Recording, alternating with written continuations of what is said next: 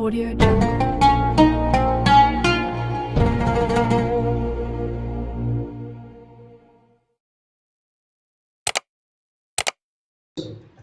Sah nggak kalau nggak pakai usaha ini?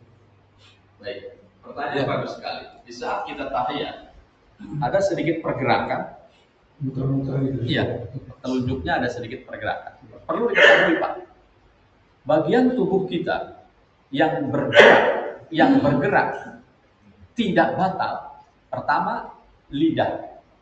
Yang kedua, mata bergerak ke kanan kiri nggak batal. Yang ketiga, sesuatu yang ngegantung di laki-laki. Kalau umpamanya kaget, bergerak itu nggak batal.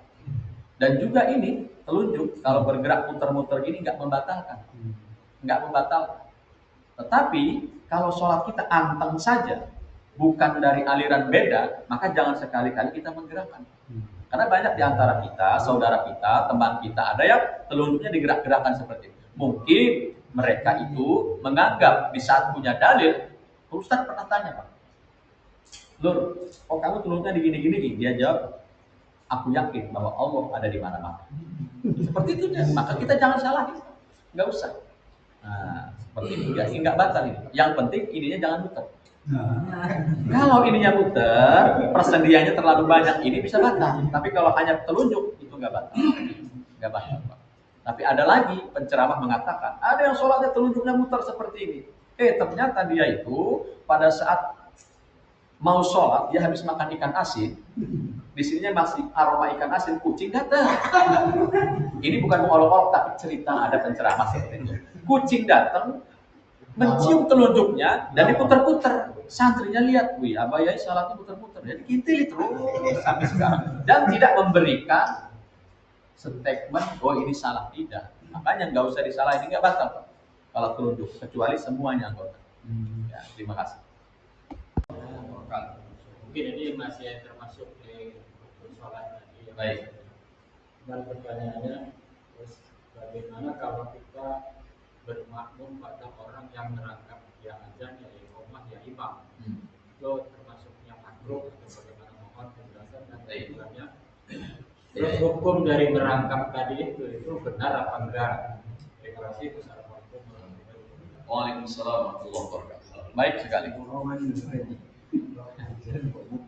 Terkait tentang yang bertugas secara borongan, muazzin, qomat, dan imam.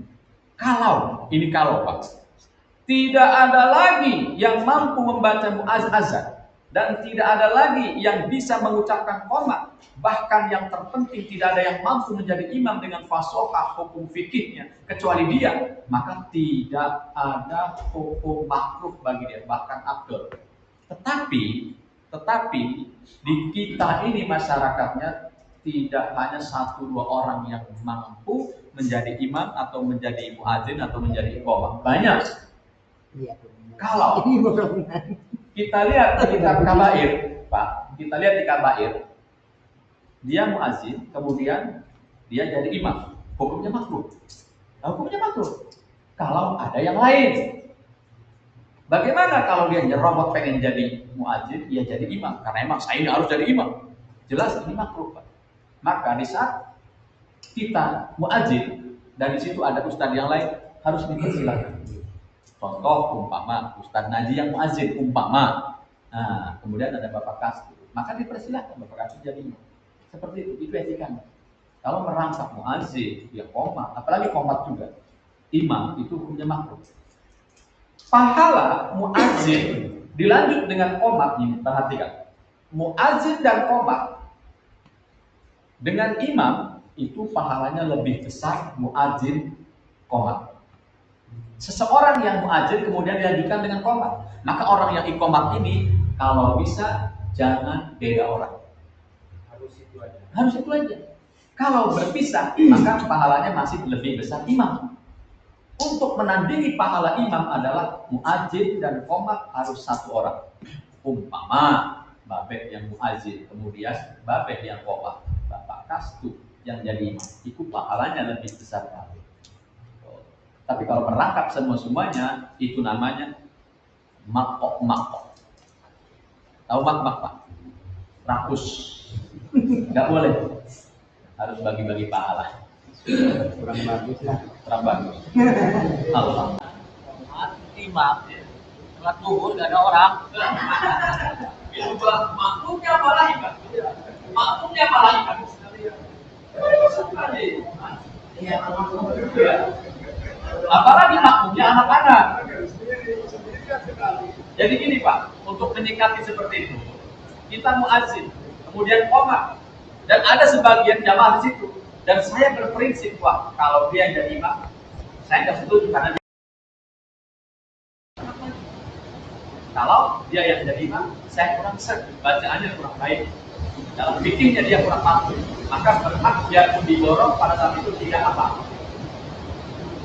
Jadi lihat situasinya, lihat situasi. Masih ada? Maka ada kejadian yang yang ada yang dekat, dialah yang ada makanya. Jadi gede, jadi karena pada saat sudah masuk sampai orang. tapi doang. Waktu mulai ini enggak. Iya, ya bisa dipahami lah. Lihat situasi aja. Dan kita, kalau umpamanya kita ini sudah ditunjuk menjadi imam, yang biasa jadi imam, harus benar-benar legowo, harus berani mempersilahkan orang lain. Jangan mentang-mentang kita sudah ditunjuk jadi imam dan biasa jadi imam, langsung nyelonong poin saja. Harus ada etika. Aturan Pak. Etikanya harus punya etika. Khawatir, ini khawatir Pak. Pernah suatu kejadian. Dia begitu merasa dirinya paling hebat, merasa dirinya paling pintar, dia jelonong aja masuk. Ketika membaca surat Allah, hilangkan ingatannya, sehingga bacaannya muter-muter. Balik lagi. Ja'a nasrul ladzina an'amta 'alaihim ghairil maghdubi 'alaihim waladdallin. Amin. Baliklah ganti surat. Takut dihukum waladdallin. Amin. Kalau sudah dihilangkan, ngeblank itu susah. Makanya kita ini harus punya sifat tawadhu. Masih ada? Kalau kita jadi makmum masbuk, nah Al-Fatihahnya itu kita kebagian setengah. Memang terus ruku kita ikutin ruku atau nyelesain Al-Fatihah kita. Itu satu, keduanya Al-Fatihah lagi. Kalau kita jadi makmum lupa baca Al-Fatihah, itu bagaimana? Baik. Pertanyaan baik. Bagus sekali. Terkait masbuk, Pak. Masbuk itu, makmum itu ada dua. Ada makmum muafiq yang bareng dengan imam dan takbiratul ihramnya makmum tahu takbiratul ihramnya imam. Yang kedua, makmum masbuk. Makmum masbuk adalah makmum yang tertinggal. Di saat dia masuk masjid, tahu-tahu imamnya sudah membaca surat. Contoh, makmum masuk. Imam ketika itu sedang membaca surat. Wala ana 'abidun ma 'abadtum wala antum 'abiduna ma a'bud. Makmum Allahu Akbar. Imam lakum dinukum waliyadin. Imam ruku, dia baru bismillahirrahmanirrahim, baru bismillah. Apakah langsung bismillah dilanjutkan Fatihah sampai selesai? Apakah ruku? Kalau seumpamanya kita tahu biasanya imam ini rukunya lambat, lanjutkan Fatihah semampunya. Tetapi kalau imam ini biasanya baca subhana rabbiyal azimnya, rukunya sebentar cuma satu kali, maka kita harus langsung ruku.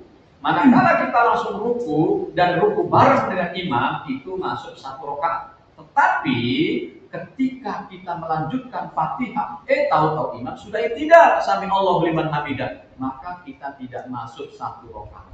Makanya disitulah Fatihah makmum ditanggung oleh imam. Gitu.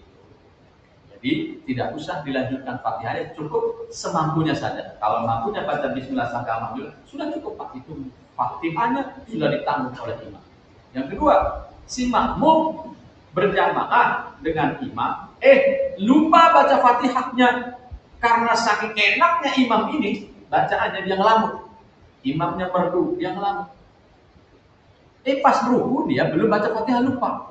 Bagaimana hukumnya? Maka makmum ini silakan mengikuti imam, ruku, tapi nanti ketika imam assalamualaikum warahmatullah, nanti dia tambahin 1 rakaat lagi. Kenapa? Karena 1 rakaat yang pertama tidak dihitung karena dia tidak membaca al-Fatihah. Jadi gitu, Pak. Tambahin 1 rakaat lagi. Ya pun nanti apa nih tambahin 1 rakaat? Aliran sesat ini, nggak usah. Kita yang tahu mana yang wajib kita baca. Di sini udah ada. Berarti kan di sini adzan itu belum masuk waktu maghrib. Ya. Kan? Nah, kalau pada saat itu kejadiannya pada saat puasa, terus begitu dengar adzan, sementara adzan itu adzan kedua itu yang di luar kan, itu udah adzan, yuk kita buka. Itu hukum berbukanya itu gimana? Puasanya gimana?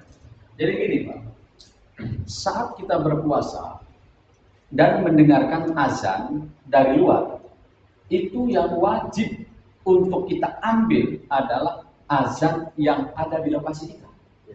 Yang ada di lokasi kita. Kita berbukanya di rumah. Sementara di musola sudah terdengar Allahu Akbar, Allahu Akbar, dan di televisi belum. Di Jakarta belum, karena emang beda. Beda Pak. Nggak tahu beda 3 menit atau beda 5 menit. Duluan ya. Nah, jadi ikutin azan yang di daerah kita. Jangan sampai, di daerah sana sudah azan, sementara di sini belum. Itu silahkan. Tapi menurut Ustaz, ikutin azan yang di sini. Kalau yang di sini sudah menentukan suara azannya, maka silahkan kita berbuka. Itu yang mau dimaksud itu bukan itu Pak. Jadi di televisi aja belum, di Jakarta itu di mana Jakarta itu lebih cepat. Malah di sini sudah, karena di situ harus lambat. Pertanyaannya, kalau yang azan di sini sudah, apakah sudah masuk waktu apa belum? Belum.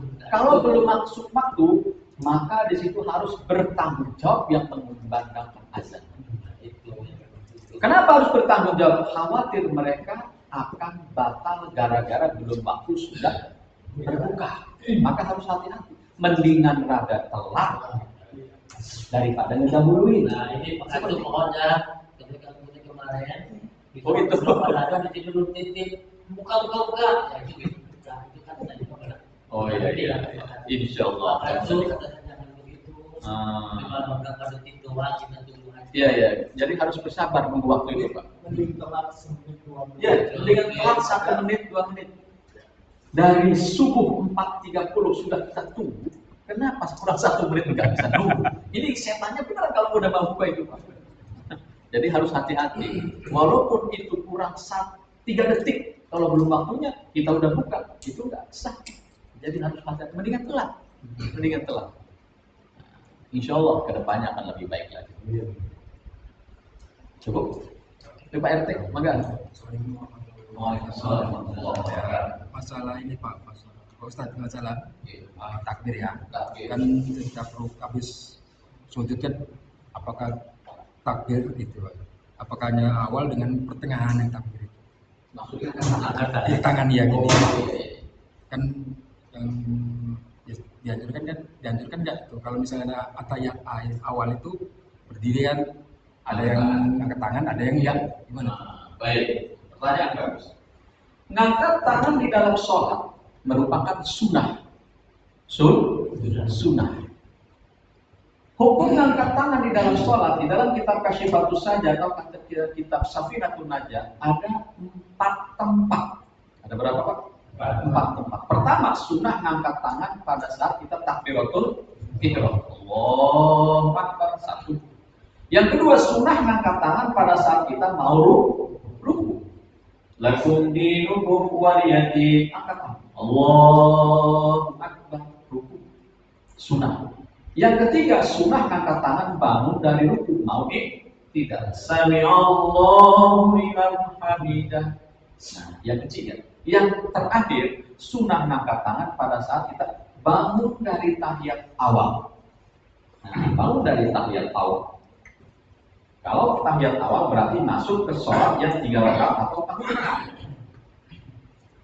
Allahumma sholli ala sayyidina Muhammad. Bangun. Allahu Akbar. Ini sunnah. Itu ada 4. Adapun mau sujud, bangun dari sujud, dan habis sujud mau bangun berdiri itu tidak disunahkan. Maka jika kita bangun dari sujud kemudian Allah angkat tangan, ini jatuh hukumnya makruh. Sudah Ustaz sampaikan tadi, tidak disunahkan dan tidak diwajibkan kita lakukan, maka hukumnya makruh. Kalau mau sujud umpama, Allah angkat tangannya lagi, bangun dari sujud angkat tangannya lagi, itu makruh. Jadi Ustaz ulang, sunnah mengangkat tangan itu ada 4 tempat. Pertama saat kita takbiratul ihram, sunnah ini mengangkat tangan. Kalau nggak angkat nggak jadi masalah. Kedua, pada saat kita mau ruku. Ketiga, pada saat bangun dari ruku iktidal. Keempat, bangun dari tahiyat al-awwal. Saya pahami Pak ya? Ya kalau tadi habis di dalam sholat semua, kan ada yang begini aja tuh bagaimana? Kayak malas-malasan gitu. Iya. Tidak cuman ngangkat semaunya aja gitu. Iya. Kalau seumpama Batasannya bagaimana itu? kita bangun dari ruku, sami Allah, gini doang tangannya. Ya Enggak, ya waktu itu di sini doang kalau. Oh di sini doang, sambil sini doang. Iya. Nggak sampai ngangkat. Nggak. Nggak jadi masalah Pak, karena emang angkat tangan itu hukumnya sunnah. Ngangkat tangan ini hukumnya sunnah, tetapi etika ngangkat tangan ini sampai ke telinga Pak. Sami Allah, hadwa mangkibaihi di dalam hukum fikih. Apa hadwa? Meluruskan pundaknya dan ke sini. Jadi balik lagi ke sini Pak. Takbiratul ihram balik lagi ke sini. Mau ruku Allah Akbar. Bangun dari ruku, sami Allah, ke sini Pak. Sunnah. Jadi kalau cuma sami Allah, ini hilang daripada bonus pahalanya. Enggak batal, cuma pahala sunnahnya enggak dapat. Yang namanya kita apapun pengen dapat bonus Pak. Seperti kita makan, sudah ada nasi dan ikannya pokoknya. Ternyata kita pengen lalapan, enggak ada lalapannya. Kita pengen sayuran, enggak ada sayuran. Cuci mulut enggak ada. Kenapa? Karena emang kita enggak ngelakuin semua itu. Maka lakukanlah sunnah-sunnah yang disunahkan, angkat tangan. Jangan males-malesan. Angkat, biasain. Kalau sudah dibiasain, gerakannya jadi baik. Makanya sholatnya harus bermutu supaya kelakuan kitanya baik. Jadi gitu Pak. Kalau misalnya di SD apa di SMP ya, di buku apa tajwid dan apa itu kan secara itu kayaknya memang harus segini gitu. Tapi kebanyakan kok Jadi itulah Pak. Berarti pada saat itu, pada saat baik. Ya, kalau masalah selesai sholat itu kan kadang-kadang kita salaman. Ya. Hukumnya apa itu Pak? Ya, salaman itu bukan sunnah tapi mubah. Apa itu mubah? Dikerjakan boleh saja. Nggak dikerjakan nggak jadi masalah. Nah, jadi kalau mamanya nggak salaman nggak jadi masalah. Tapi kalau salaman dapat pahala, cuma mubah, bukan disunahkan. Cuma mubah saja, boleh saja. Jadi sah-sah saja salaman. Khawatir pas giliran di sampingnya kurang begitu ini nggak salaman gitu ya. Jadi sah-sah saja. Jadi hukum salaman setelah sholat itu mubah. Mubah itu dilakuin. Boleh, nggak dilakuin juga nggak jadi masalah. Iya. Tapi kalau kita mengadatkan, membiasakan salaman, itu akan menjadikan pahala kebiasaan. Karena salah satu tasofaha seselaman itu menggugurkan dosa-dosa kita. Jadi bagus. Kalau umpamanya di sini mengadatkan seperti itu salaman itu bagus. Tapi kalau nggak dibiasain jangan. Umpamanya kita sholat di luar di masjid, di situ tidak ada salaman, maka kita jangan sekali-kali. Awat bukan begini. Jadi gitu. Tergantung tempatnya, harus mengadaptasikan diri. Masih ada? Cukup? Baik, kita tutup kajian ini dengan munajat kepada Allah. Mohon aminkan.